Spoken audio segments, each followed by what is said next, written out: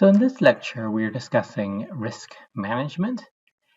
The objectives of this lecture is to identify the components of risk management and to create policies relating to information security, policy governance, and risk management.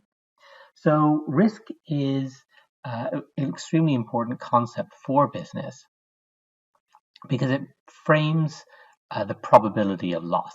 So one definition of risk is the possibility of a person or entity suffering harm or loss because of an event. It's an important business concept because we need to understand, in order to understand how much resources, how much attention we should pay to a particular system or an event occurring, we need to be able to assess, frame, and describe the risk. So the different types of risks that we can appreciate. There is strategic risk, financial risk, that's monetary loss, reputational risk, things that relate to the public opinion of the company, operational risks, personnel risks, regulatory and compliance risks. These are all risks that apply to any given company and are prominent at a particular point in time. So risk management then is the idea that you can define the risk and navigate away from an undesirable outcome. Right? So you need to have a sense of all companies and all corporate cultures will have a different attitude to risk, and that's very important.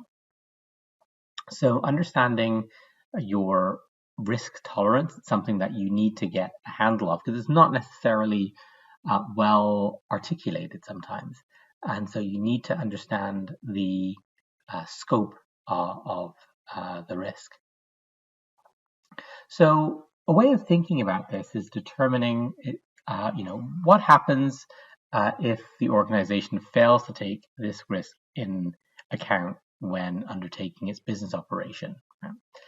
And what we need to also know is what risk has to do with security policies. Right?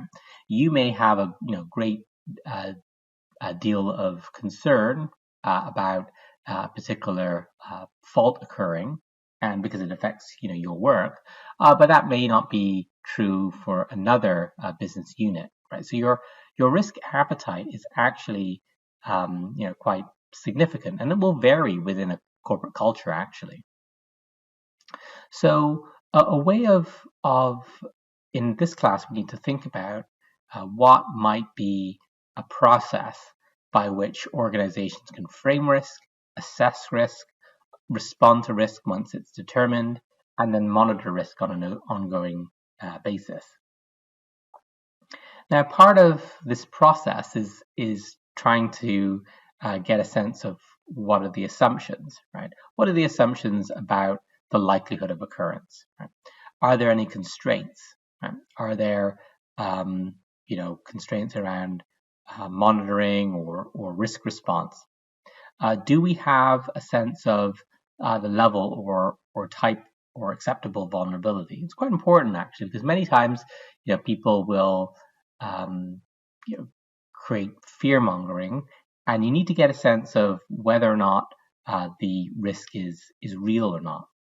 And the last thing you need to kind of think about in terms of business is, what are the priorities and what are the trade-offs, right? It's all about trade-offs essentially. So is it relatively important to the business function, right, along different types of risk? And then there are residual risks, so risks you haven't necessarily taken account of, that you have to make accommodation for after the fact. So what happens when something occurs? What assessment needs to be taken in place? Then risk mitigation applies to undertaking business impact analysis in order to gather the relevant information, get metrics, in order to assess the impact of a threat occurring. That'll help you prioritize, of course. And then what are the requirements for restoring any time-critical process. How quickly can you get back online after a catastrophic event has occurred? Right? So in summary, what we're going to be looking at in this class is how do we identify risks? How do we evaluate alternatives? What are the decisions to be made? What type of implementation do we have? Can we monitor this?